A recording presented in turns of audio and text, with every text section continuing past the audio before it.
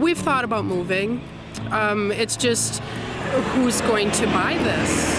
Who's going to buy this? You know, we'd have to take quite a loss on it in order to move. You know, you just don't write out a check and go buy another house.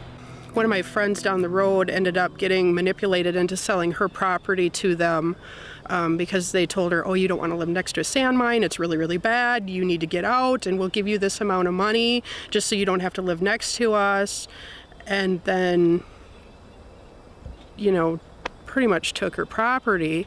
In that order, they have what they call a gag order where they're not allowed to speak to anybody about it. So I actually had a very good friend not say anything. I had a nephew not say anything about it to me until it was all said and done.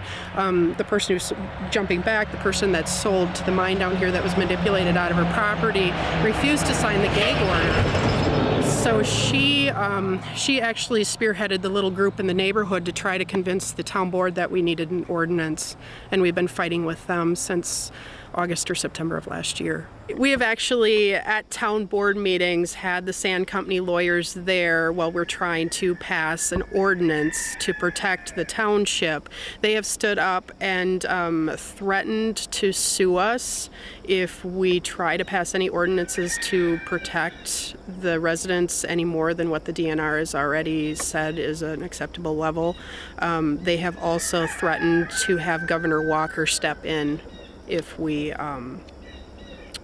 pass an ordinance that they don't agree with. The county board doesn't want to hear it. They're all for jobs, and they really don't care what happens to us. We're actually called collateral damage in their eyes. They figure it's okay for us to just take one for the team in the name of jobs elsewhere. We've tried to work with our town board to get an ordinance. They hired an attorney from a pro sand mine firm to work on an ordinance to help us out here, and the attorney doesn't really want to protect us. He just wants to say that the DNR is doing a good enough job and we don't have to worry about anything.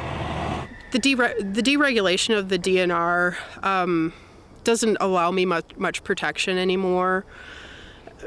It's turned into a customer service agency where trying to get out as many permits as they can rather than think of the people that they're trying to protect, the resources that they're trying to protect, the environment they're trying to protect. They're just trying to make some money. I was actually a very strict Republican up until last year when I felt that